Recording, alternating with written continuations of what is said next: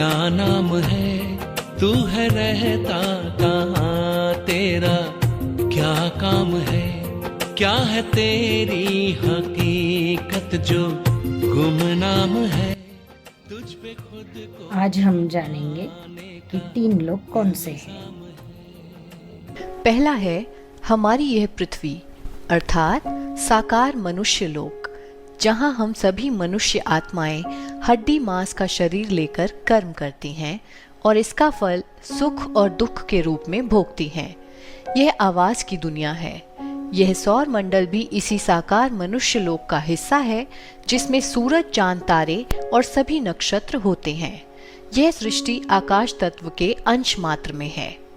इसके बाद दूसरा है सूक्ष्म लोक। इस मनुष्य लोक के सूर्य, चांद और तारागण और आकाश तत्व के पार एक सूक्ष्म लोक है, जहां प्रकाश ही प्रकाश है।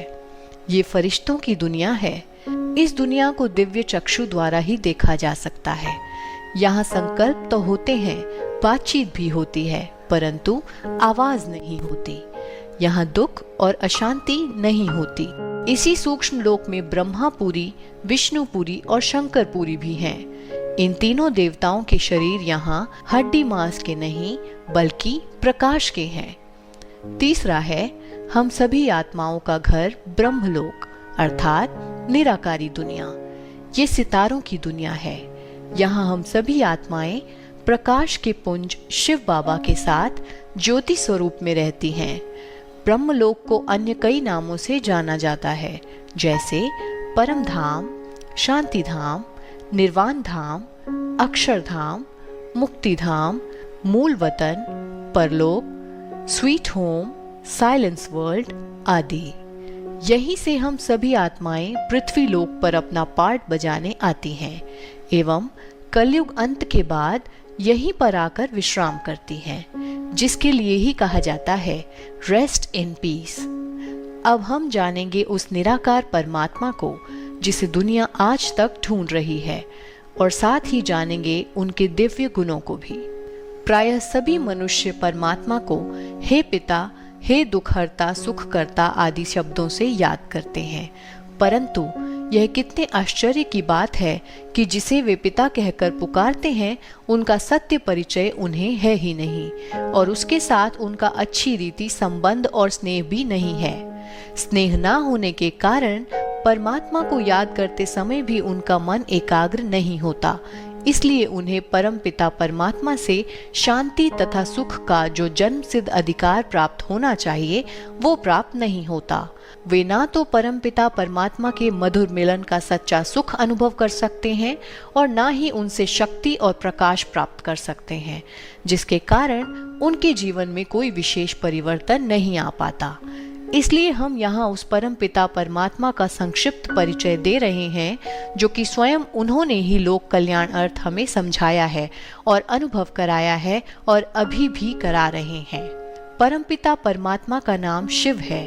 शिव का अर्थ कल्याणकारी है। परम पिता परमात्मा शिव ही ज्ञान के सागर, शांति के सागर, आनंद के सागर और प्रेम के सागर हैं। वह ही पतितों को पावन करने वाले, मनुष्य मात्र को शांति धाम तथा सुख धाम की राह दिखाने वाले गाइड हैं। विकारों तथा काल के बंधन से छुड़ाने वाले लिबरेटर हैं और सब प्राणियों पर रहम करने वाले रहम दिल अर्थात मर्सीफुल हैं। मनुष्यों को मुक्ति और जीवन मुक्ति यानी गति और सद्गति का वरदान देने वाले भी एकमात्र वही हैं। वह दिव्य बुद्धि के दाता और दिव्य दृष्टि के वरदाता भी हैं। इन्हें सोमनाथ तथा अमरनाथ इत्यादि नाम से भी जाना जाता है। वे जन्म मरण से सदा मुक्त, सदा एक रस, सदा जागती ज्योति, सदा शिव हैं। परम पिता परमात्मा का दिव्य रूप एक ज्योति बिंदु के समान दिए की लौ जैसा है। वह रूप अति निर्मल, स्वर्णमय, लाल और मनमोहक है। उस दिव्य ज्योतिर्मय रूप को दिव्य चक्षु द्वारा ही देखा जा सकता है और दिव्य बुद्धि द्वारा ही अनुभव किया जा सकता है। परम पिता परमात्मा के उस ज्योति रूप की प्रतिमाएं भारत में शिवलिंग के नाम से पूजी जाती हैं और उनके अवतरण की याद में महाशिवरात्रि भी मनाई जाती है।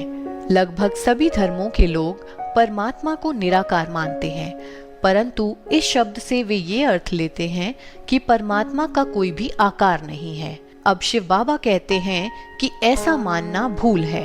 वास्तव में निराकार का यह अर्थ है कि परम पिता साकार नहीं है, अर्थात ना तो उनका मनुष्यों जैसा स्थूल शारीरिक आकार है और ना देवताओं जैसा सूक्ष्म शारीरिक आकार है, बल्कि उनका रूप अशरीरी और ज्योति बिंदु के समान है। बिंदु को तो निराकार ही कहेंगे। तो यह था परमात्मा का दिव्य परिचय।